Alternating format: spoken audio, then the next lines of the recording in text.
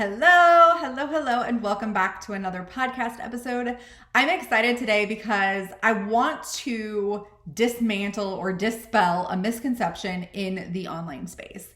And that is the fact that people do not buy at the end of the year. I know that we hear this and we could possibly feel this like, my sales die out at the end of the year. People don't buy at the end of the year. They're too busy with the holidays. They're buying their kids presents, so they're not going to spend money on themselves. But what I have found is the complete opposite of that.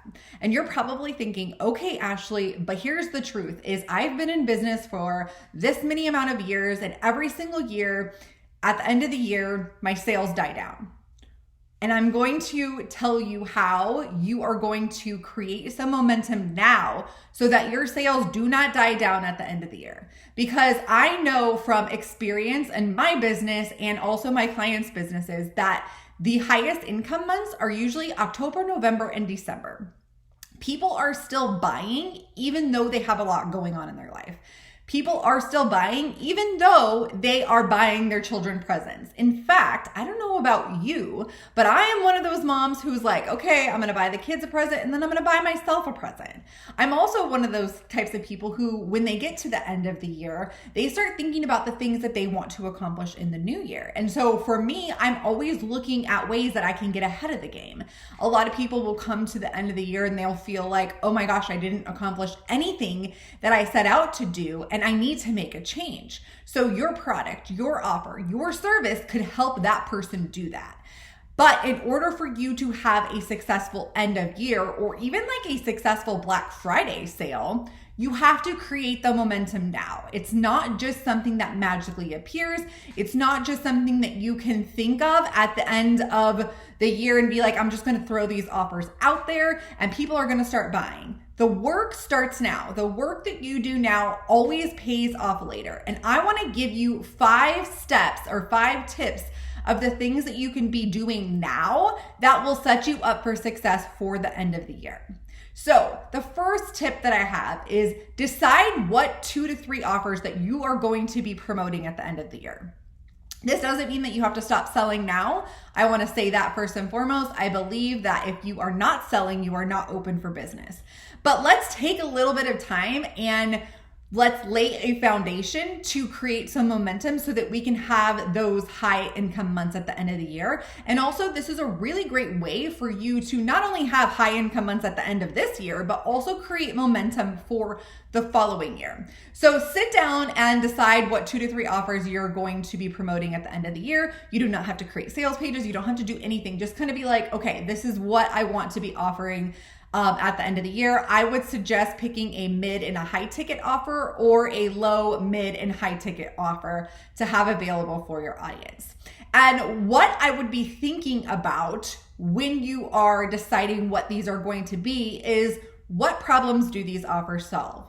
How will these offers help your audience? What is your specific framework or modality that you're going to walk your clients through in order to get the results that they desire? How did you go from point A to point B? This is really great because you can start using these answers inside of your content in order to build awareness around what's coming. The second tip that I have for you is to build authority awareness. I've been talking about this a lot. There are going to be different seasons and different times where you're going to be focusing on different things with your content. So if you are trying to focus on brand awareness, authority awareness, getting your message out there, and sales all at the same time, and you're putting the same amount of effort into all of that, you're probably going to have to get a little bit unbalanced for a little while so that you can really create that brand authority awareness that is going to build that know, like, and trust factor. So maybe you take a little bit of a step back with what you are selling so that you can grow your audience, grow your authority, and really build that know, like, and trust factor with your audience. During the summer is a really great time to do that because a lot of people are not on social media that much. A lot of people are busy with a lot of things going on. And so taking the time to build the momentum and creating quality content that people can get quick wins from really quickly is going to help you to create that momentum for the end of the year. You are the only one who can anoint yourself. You cannot wait for your audience to say, oh my gosh, she is the expert. Oh my gosh, she is the authority. You have to go out there and you have to tell them that that is who you are. And this is why you are who you are. What does your audience need to know about you in order for them to trust you enough to buy from you?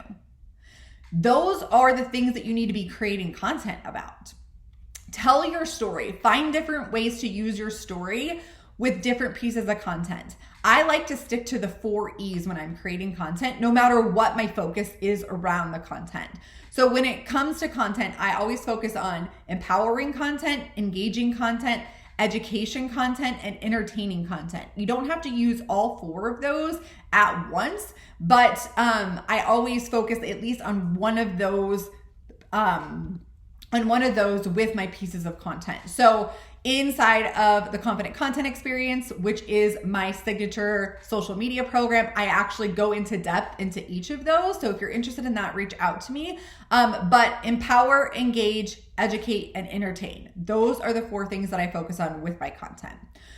The other things that you can share within your content is, what have you already helped people with? Share those stories. And if you're thinking, Ashley, I don't have any clients, I can't share any testimonials, I haven't helped anybody, I can guarantee if you are in the online space and you are here to help people, that you have helped somebody in some way, shape, or form. Whether you had a monetary exchange of energy or not, you've probably helped somebody, maybe a friend that you've helped, or maybe a family member, or maybe you have given some advice on social media and it has helped somebody. Use those stories and share those stories so that your audience can see you are somebody that they can go to help them with whatever it is that they're looking to achieve. Also sharing how you got from point A to point B. What does that look like? And what is that framework? Those are all content prompts that you could be using right now to really build the momentum up to having a successful end of the year. The third tip that I want to give you is focusing on creating 3 to 5 posts a day, 5 days a week on social media. I know that feels like a lot, but here's the thing. The more you post, the more you post. And you cannot overpost, first and foremost. And also, if you are taking so much time to create content, I challenge you to set aside 20 to 30 minutes a day to create 3 to 5 posts. Doing short form video, taking one piece of content and repurposing it into multiple pieces of content.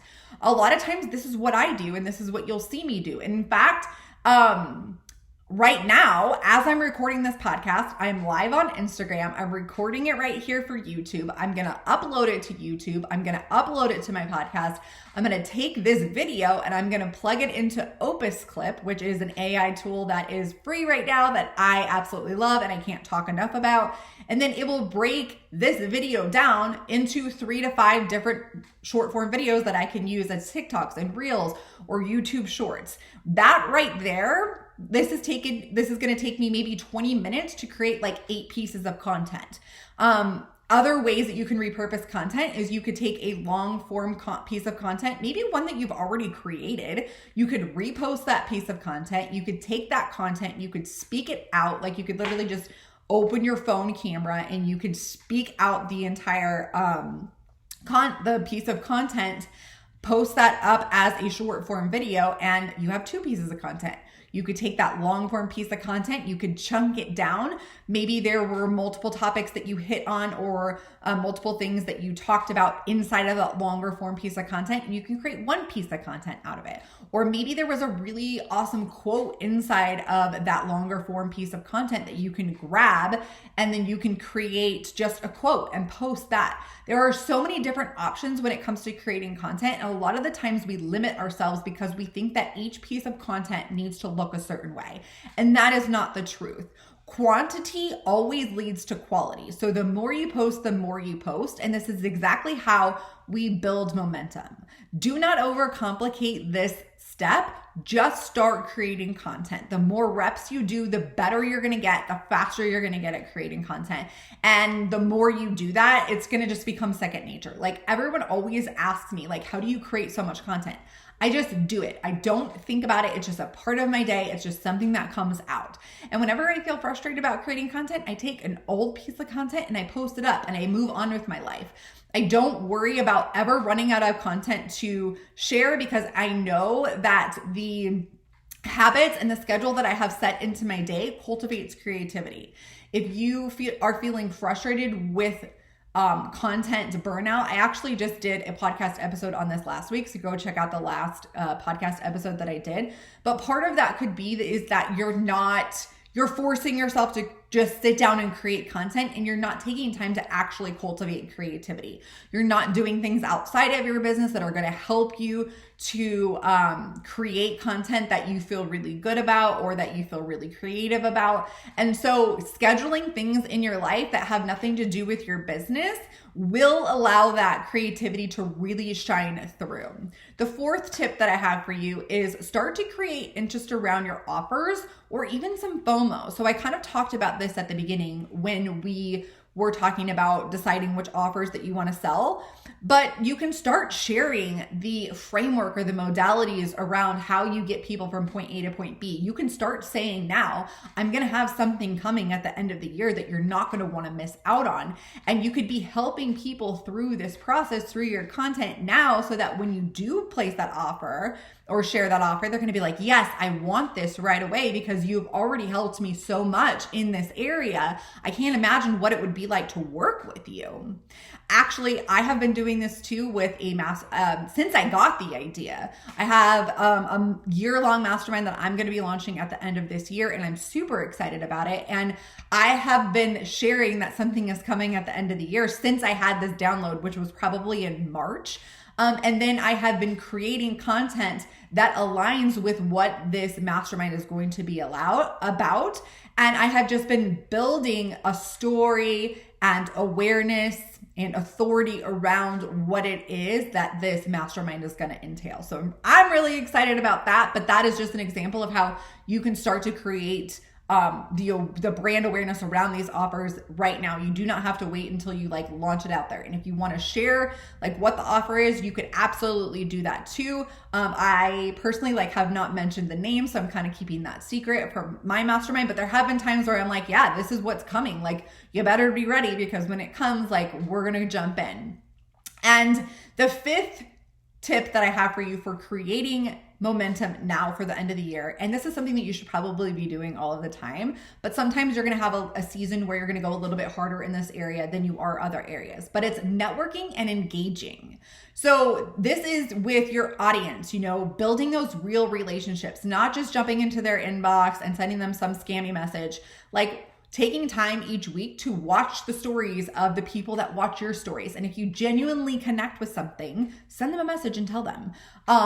Looking at other people's content, commenting on that, genuinely creating real relationships. Stop looking at people as leads. Stop looking at people as numbers and grow those genuine connections and those genuine relationships. The other thing is networking with other people in your industry. This is one of the best ways to grow your social media platform that not a lot of people are talking about. Networking online, networking in person, getting in the room, going to events, pitching yourself to podcasts, doing a podcast swap with somebody else. If you have a podcast, get on there, interview each other, and share the podcast to both of your networks. This is a really great way to tap into somebody else's audience, and it's a really great way for somebody that you can help somebody also with that. Maybe you could do an IG live together. Just find different ways to network with each other, and you never know what a connection can bring you. You never know who you're talking to and what they can offer you or what they know somebody can offer you, right? And this also is true with sharing your story on social media. And in fact, I will share a really story and then we will wrap this up.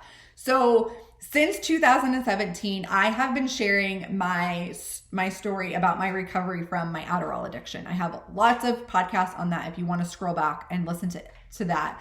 I also have a book that just got released, and I've been interviewed on the TV show The Doctors. I had a article go viral on Fox News. I've had all of these things happen. But it was for me, the reason that all of that has happened, because I built the momentum with it. I consistently shared that story for 3 years nonstop. And I did it not because it was part of my business. I don't do any kind of sober coaching or anything like that. I did it because I promised myself that I would share that message and I would spread hope once I became a year sober from my addiction. And with that, not only have I had thousands of messages telling me how people that I have changed their lives, but also I've had opportunities to get my name out there. I have had, followers and people that I have made genuine connections because I was on The Doctors, the TV show, because I had an article go viral on Fox News.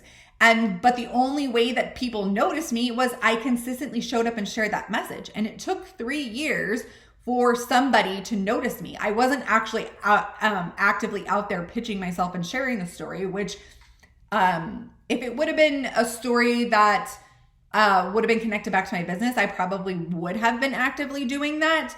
I was just out there sharing from my heart. And somebody one day messaged me and she's like, hey, I want to write a story about you.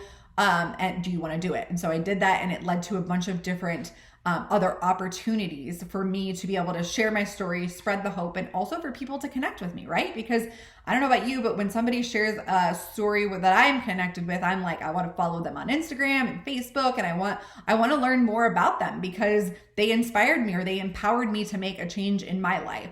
So that's a really great example of also don't be afraid to share things outside of your specialty or your quote unquote niche.